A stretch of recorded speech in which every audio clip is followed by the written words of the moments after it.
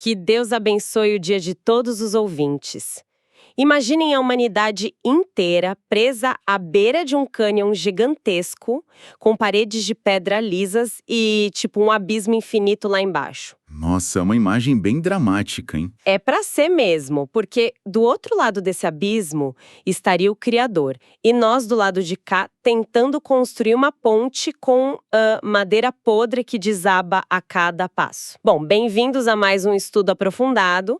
Hoje nós temos em mãos uma obra que é um verdadeiro peso pesado do pensamento religioso. E põe peso pesado nisso, viu? Sim, estamos falando do livro Teologia Sistemática, escrito pelo renomado autor Louis Berkhof. A nossa missão para esta sessão é dissecar um capítulo muito específico e bem complexo, para falar a verdade. Muito fascinante também. É o capítulo sobre a doutrina da pessoa e obra de Cristo. Exatamente, mais especificamente a parte sobre a doutrina de Cristo na história. Basicamente, a gente vai investigar como, ao longo dos séculos, grandes pensadores, teólogos de várias correntes, e até aqueles que a história rotulou como hereges, debateram desesperadamente para entender essa identidade. A identidade mais complexa que já pisou na Terra. Sim, uma figura descrita como simultaneamente humana e divina. É um quebra-cabeça e tanto. E antes de entrarmos nos detalhes das brigas históricas, é crucial lembrarmos a quem nos acompanha que o nosso objetivo aqui hoje é fazer uma análise, puramente histórica e teológica do texto do Berkhof. Perfeito, uma postura neutra. Exato. Nós não vamos tomar partidos políticos, não vamos defender bandeiras de denominações religiosas. O que a gente vai fazer é mapear a evolução do pensamento humano. Olhar para o texto como investigadores mesmo. Isso. Observando as engrenagens da mente humana enquanto ela lutava, criava teorias e tentava enquadrar um mistério que, francamente, desafia a nossa lógica comum. Ok, vamos desvendar isso. Porque a intuição inicial de qualquer pessoa, ao pegar um livro de teologia tão denso, é querer pular direto para as fofocas históricas, né? Ah, sempre? Quem excomungou quem brigou no concílio? Pois é. Mas o texto de Berkhof nos obriga a frear e dar um passo atrás. Antes de debatermos de que material essa ponte sobre o cânion era feita, a gente precisa entender o porquê essa estrutura era teologicamente necessária para começo de conversa. E é aí que o autor é genial. Ele conecta duas áreas que parecem habitar prateleiras diferentes, sabe? A antropologia, que é o estudo da humanidade, e a cristologia, que é a doutrina de Cristo. Tá, e como essas duas coisas se amarram no raciocínio dele? Eu fiquei bem curiosa nessa parte. Elas se amarram porque, na visão de Berkhof, a segunda só existe por causa do fracasso da primeira. Como assim, fracasso? Então, a antropologia que ele descreve não olha para o ser humano apenas como uma maravilha biológica que evoluiu no planeta. O foco teológico cai sobre a condição humana após a chamada queda. Ah, o Éden, o pecado original e tudo mais. Isso mesmo. Segundo o livro, essa transgressão original não foi só um tropeço ou um errinho de cálculo. Ela criou nas palavras dele, distância ética, que é absolutamente intransponível entre a humanidade e o Criador. Pera, pausa rápida. Quando o texto diz distância ética, o que isso significa na prática? Porque não estamos falando de alguém que, sei lá, foi morar em outro país e parou de mandar cartas. Exatamente. Não é uma distância espacial de quilômetros, é uma falha moral estrutural. Na perspectiva teológica apresentada, o ser humano perdeu os seus direitos de comunhão, perdeu a sua liberdade espiritual original. Ficou totalmente falido. Falência total. A humanidade decaída é descrita pelo Berkhof como um verdadeiro grito por socorro divino, porque o ser humano perdeu totalmente a capacidade de consertar o próprio estrago, e a cristologia entra exatamente aí. Entendi. Então não há só teoria voando solta. Não, de jeito nenhum. A cristologia não é um conceito filosófico abstrato, ela é a resposta direta a esse grito.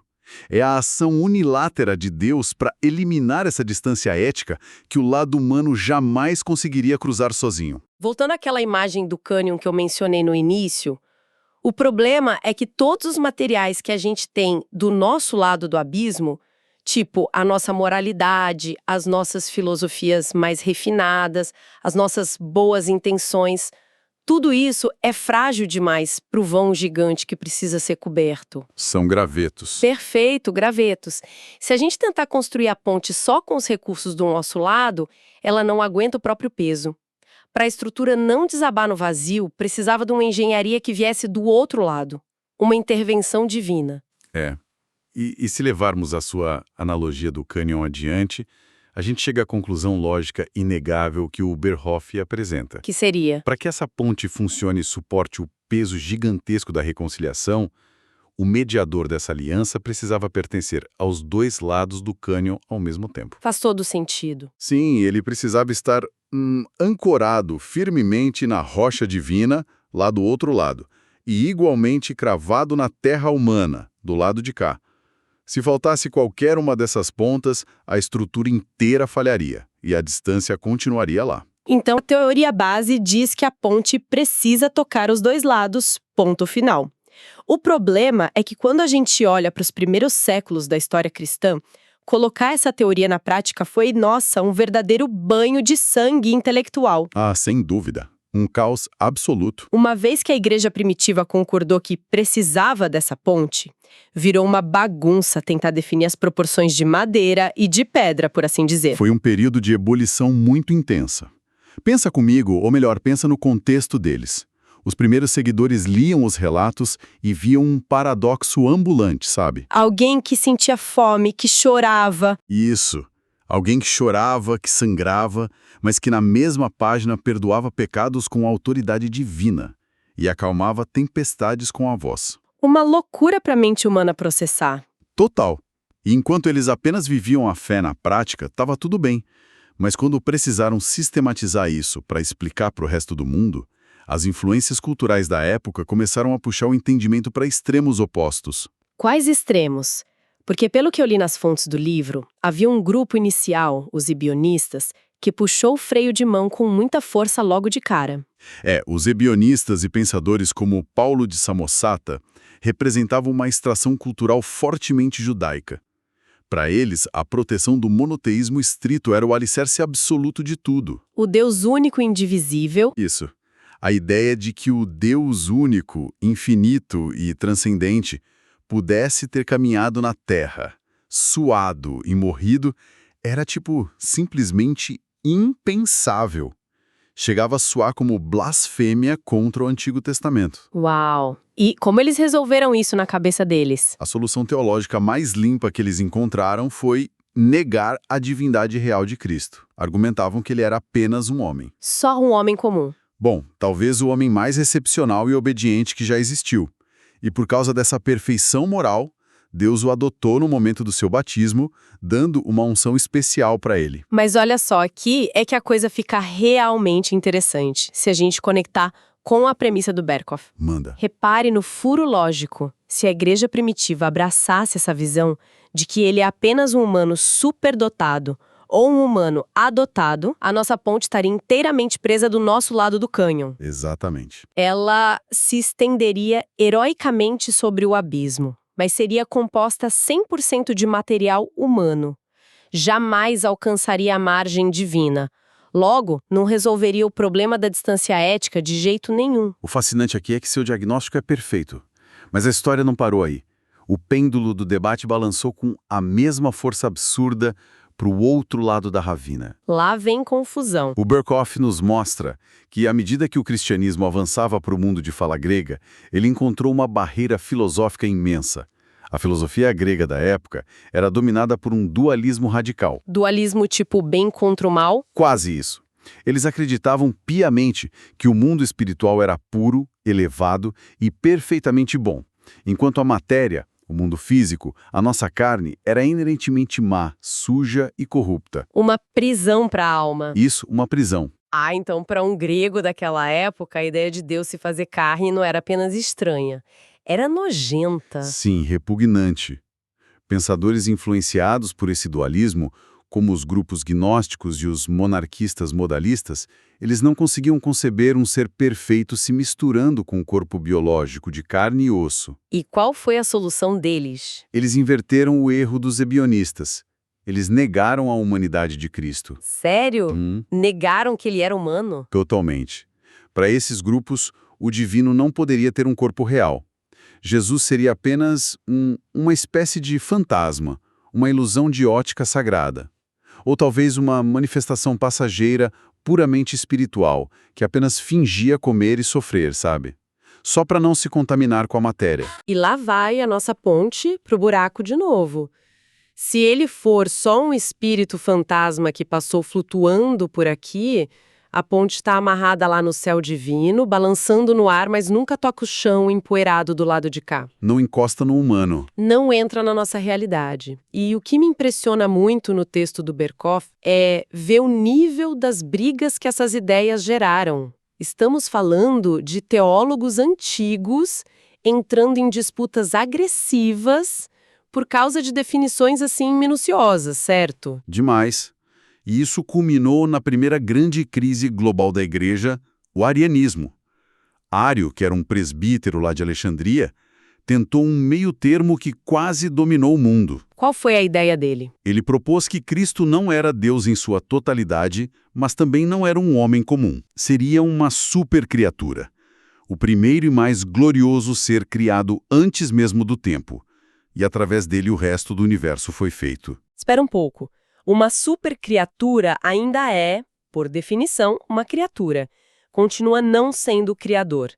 A ponte estaria quase tocando o outro lado, mas ainda faltariam alguns metros fatais. Como a liderança da época reagiu a isso? Deixaram passar? Com uma resistência feroz, na verdade.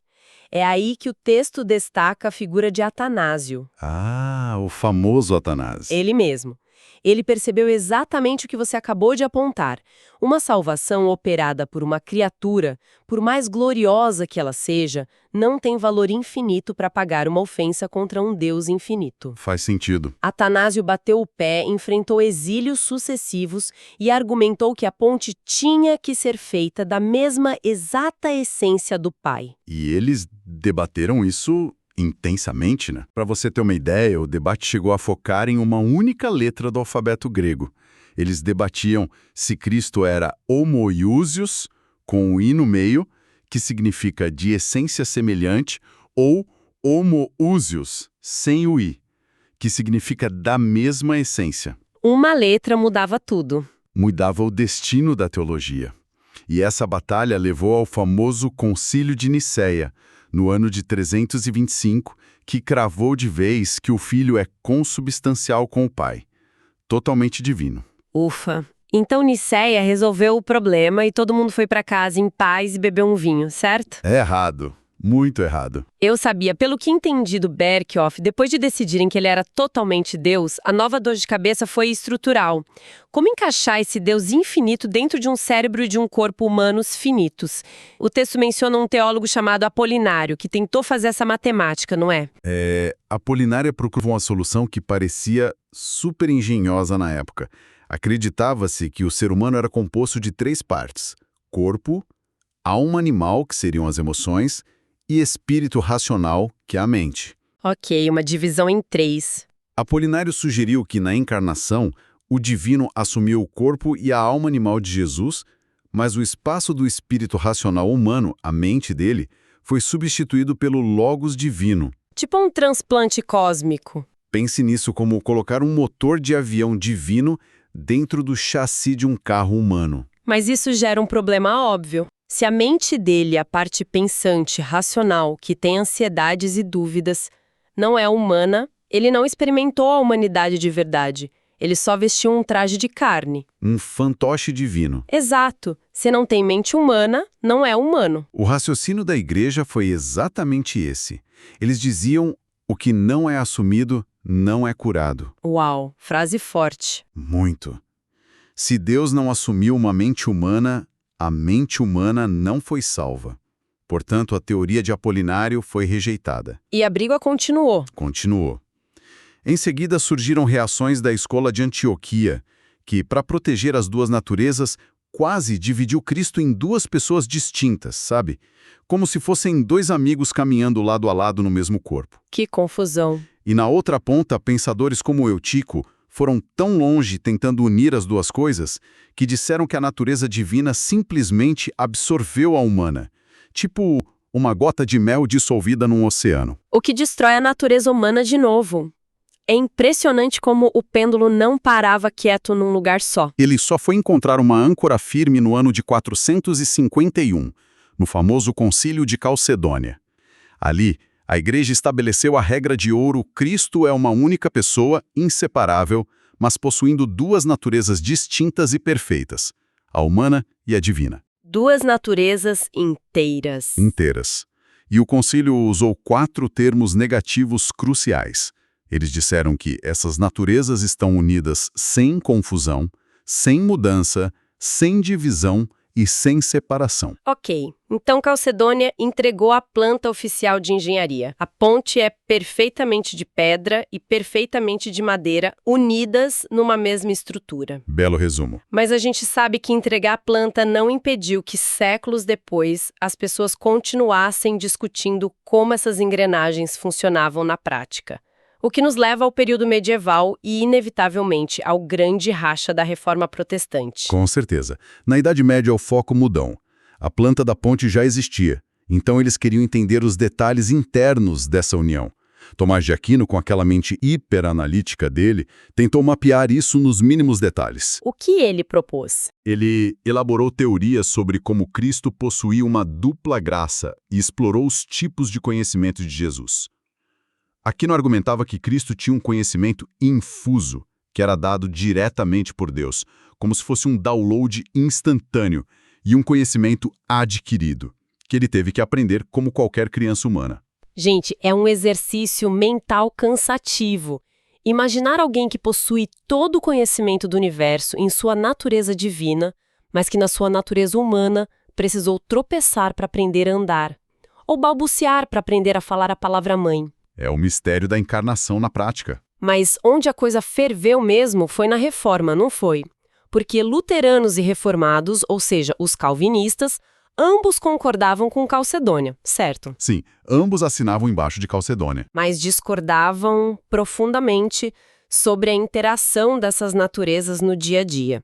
O Berhoff dedica um bom espaço à tal da communicatio idiomatum, esse nome em latim gigante. A famosa comunicação de propriedades. A visão luterana desenvolveu uma teoria fascinante, muito influenciada pela necessidade de justificar a presença física de Cristo na ceia. Eles acreditavam que as naturezas compartilham atributos entre si. Como assim? Por exemplo, eles diziam que a onipresença, que é um atributo exclusivo do divino, foi transferida e comunicada à natureza humana de Cristo. Peraí, como assim a natureza humana recebe onipresença? Um corpo físico, por definição, ocupa um espaço delimitado. Ele está aqui, mas não está ali. É o básico da física, né? Pois é. Se um corpo passa a estar em todos os lugares do universo ao mesmo tempo, ele não quebra a própria definição de ser humano. Como os luteranos justificavam esse paradoxo sem destruir a parte humana da nossa ponte?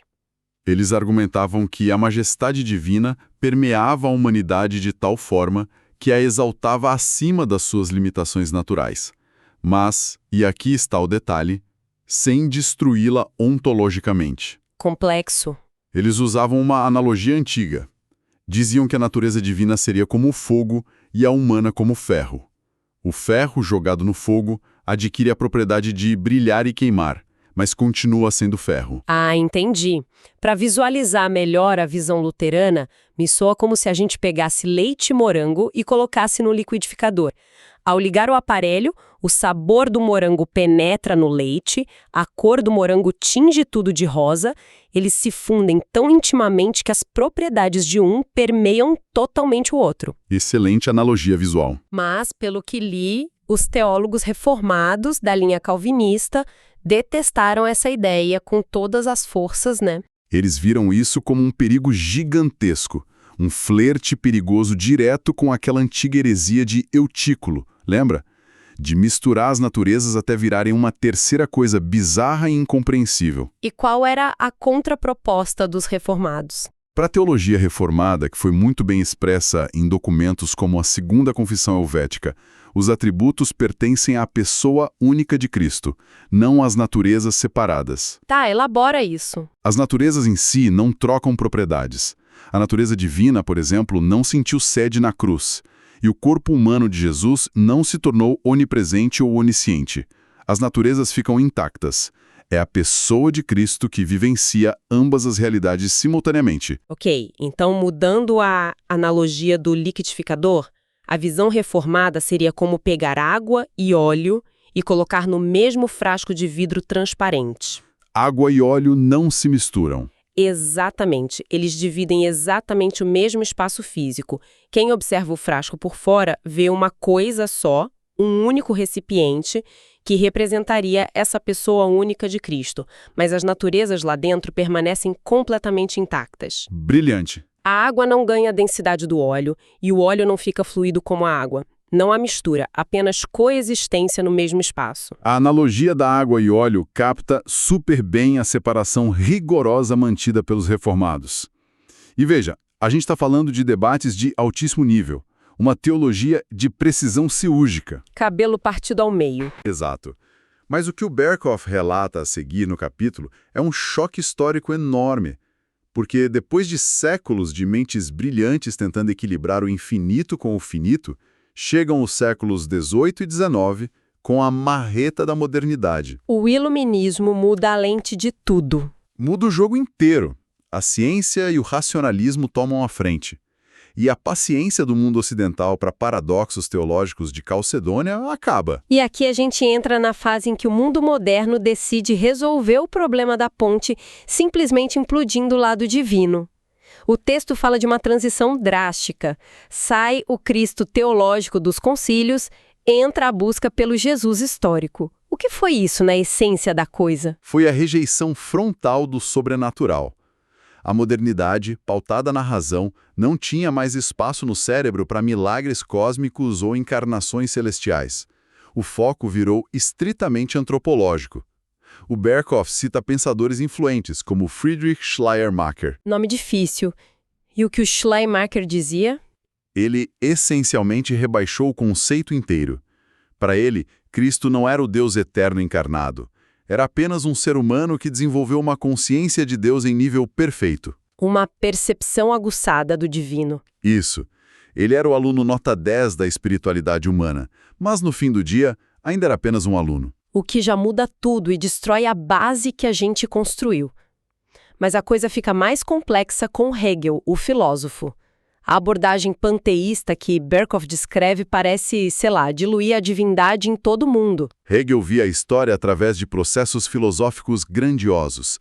No panteísmo que influenciou a época, a premissa é que todo o universo, incluindo a humanidade inteira, possui a essência divina dentro de si. Todos nós somos um pouco divinos. Nessa visão, sim. Então, a encarnação deixou de ser um evento único na história, em que o Deus transcendente desce ao nosso mundo perdido.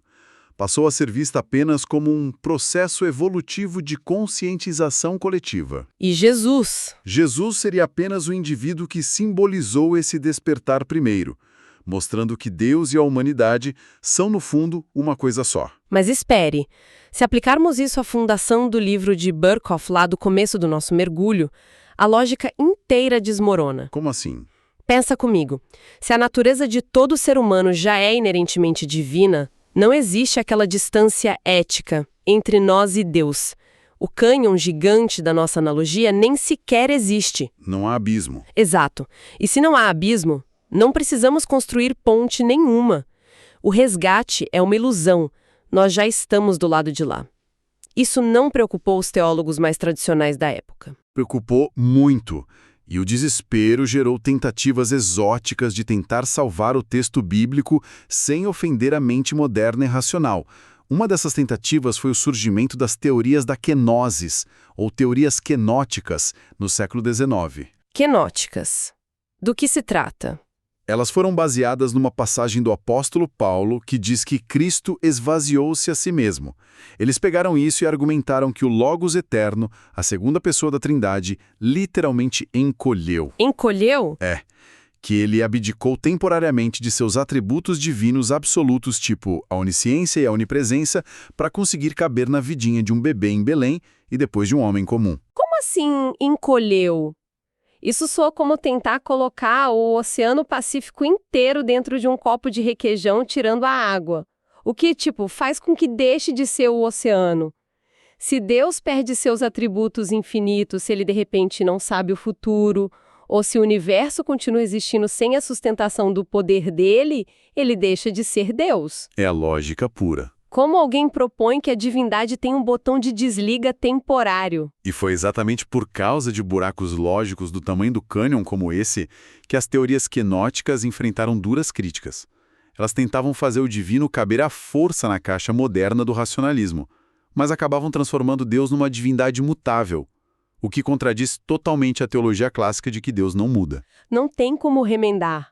Não tem. Mas a pá de cal no pensamento cristão ortodoxo da época veio com Albrecht Ritschl. E qual foi a grande contribuição do Ritschl para desmontar nossa ponte de vez? Ritschl era super pragmático. Para ele, ficar especulando se Cristo tinha duas naturezas, como em Calcedônia, ou se ele preexistia no céu antes da criação, era inútil e sem nenhum valor prático para a sociedade. Ele queria focar no aqui e agora. Exato. O que importava era o impacto moral. Ritschl via Jesus puramente como fundador de um reino ético, alguém que viveu uma vida de amor exemplar e motivou os outros a fazerem o mesmo pela humanidade. Mas e o título de Deus que os cristãos usam? Para o Ritschl, o fato da comunidade cristã chamá-lo de Deus não era uma afirmação sobre quem ele era na sua essência cósmica. Seria apenas um título honorífico, um troféu simbólico, uma palavra de gratidão pela influência positiva que ele deixou no mundo. Se a gente seguir a linha de Ritschl e disser que Cristo é apenas um professor moral fantástico que nos ensinou a sermos bondosos uns com os outros, ele definitivamente não é uma estrutura capaz de cruzar o abismo ético da humanidade. Fica muito longe disso. Ele é só um guia turístico do nosso próprio lado do cânion, segurando um megafone e gritando: gente, tentem ser pessoas melhores, organizem o lixo, não se matem. Adorei a imagem do megafone. É a redução do Salvador a um mero conselheiro social. E sabe, se conectarmos todas essas peças históricas que o Berkhoff empilha com tanto cuidado nesse capítulo, a gente vê um padrão muito claro. Qual padrão? A humanidade sofre de uma vertigem constante diante do paradoxo de Calcedônia. Nós sempre tentamos simplificar o mistério para ele caber no nosso bolso. É por isso que, no século XX, vozes de peso como Karl Barth e Emil Brunner tiveram que soar o alarme geral. O que eles disseram? Eles olharam para essa teologia moderna inteira, que focava só no lado humano e ético, e disseram: vocês esqueceram a gravidade terrível do pecado. Eles tentaram sacudir o ambiente acadêmico, alertando que esse naturalismo dilui a necessidade vital de redenção e transforma a salvação num esforço puramente humano, o que, teologicamente falando, é uma causa perdida logo de saída. O que nos traz de volta ao início e deixa uma provocação para todos que estão ouvindo agora. Vivemos numa era dominada por soluções rápidas, pílulas de sabedoria no celular de 30 segundos e a crença constante de que a gente pode hackear qualquer problema com esforço pessoal e um bom tutorial de autoajuda. O famoso eu me basto. Exatamente. Mas ao olharmos para essa longa linha do tempo que o Berkhoff nos trouxe, a grande reflexão é a seguinte: se nós, influenciados por esse racionalismo moderno, reduzirmos figuras teológicas que representam o resgate divino a meros bons exemplos éticos, será que não estamos nos cegando para a profundidade dos nossos próprios abismos? Uma excelente pergunta. Será que não estamos jogando fora a única coisa capaz de nos alcançar de verdade, justamente porque a engenharia de resgate é complexa e misteriosa demais para caber na nossa lógica pequena? A história que mapeamos hoje nos prova que tentar diminuir o mistério para que ele caiba no nosso entendimento limitado geralmente destrói a própria ponte que promete nos salvar. Fica aí o peso dessa análise monumental do Berkhoff para a reflexão de cada um em casa. Com certeza, muito profundo. Tem muito chão para cobrir e muitos abismos para analisar ainda nessa obra. Por isso, quero deixar avisado a todos que teremos um novo episódio desse mesmo livro em breve. Estaremos aqui prontos para mais. Continuaremos a explorar essas páginas densas e instigantes juntos. Deus abençoe todos os ouvintes.